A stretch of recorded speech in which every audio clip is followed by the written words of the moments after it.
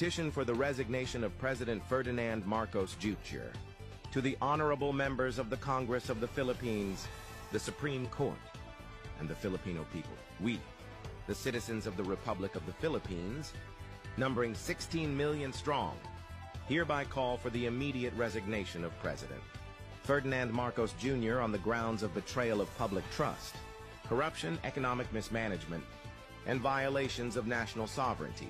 Grounds for resignation: corruption and misuse of public funds, alleged misappropriation of P60 billion from PhilHealth and other government funds, unauthorized withdrawal and mismanagement of national treasury and gold reserves, questionable use of confidential funds, without full transparency and accountability, betrayal of public trust, rising inflation, high food prices, and a worsening economic crisis under his administration, inability to provide effective solutions for poverty, reduction in national development, violation of national sovereignty, actions leading to the Philippines, renewed engagement with the International Criminal Court, ICC.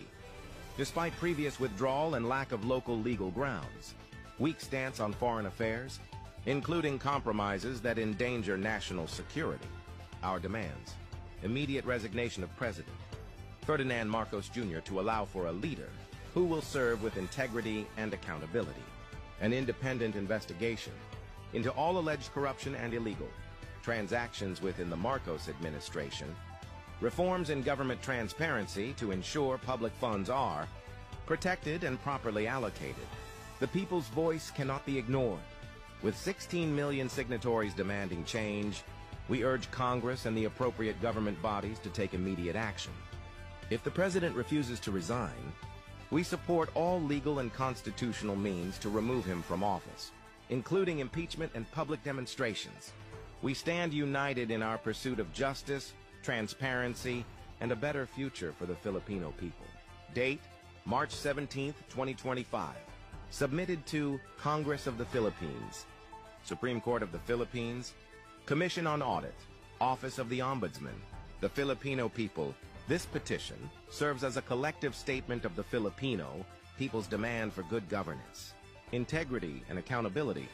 You can take down all your opponent, but bear in mind that you are under oath working for the Filipino people. Therefore, the voice of the people is the highest law. Ito ay malakihan at tahasang cover-up sapagkat meron pong mananagot dito. Meron pong dapat makulong dito. Nasaan ang mga flood control? Nandyan ang mga flood control na overwhelmed lang. Many months later. Wala kaming makita.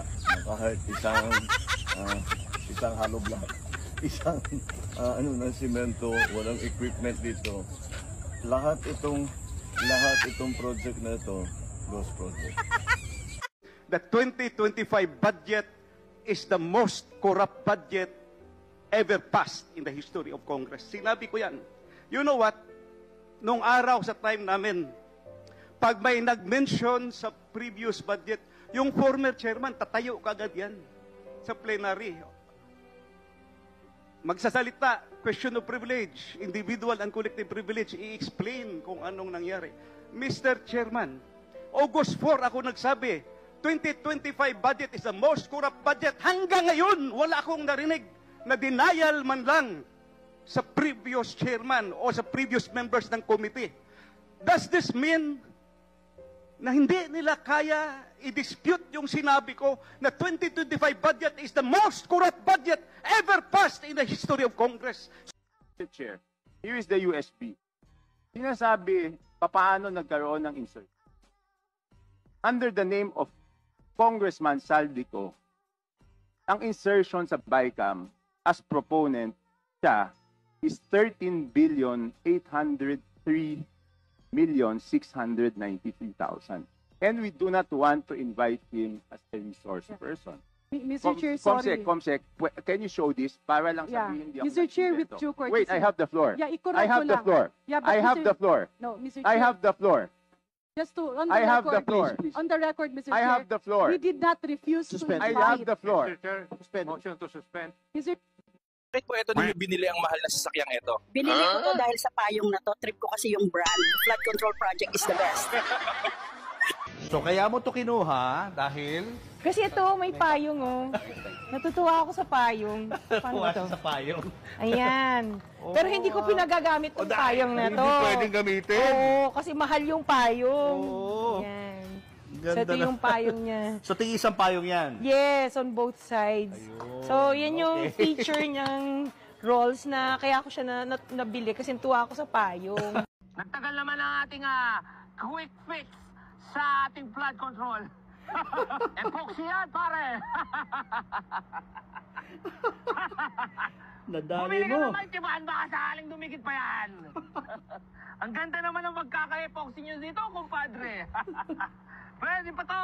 Hindi, teka. Bibigyan natin ng pondo yan. 1 bilyon! Ha! Epoxy nyo buo yan!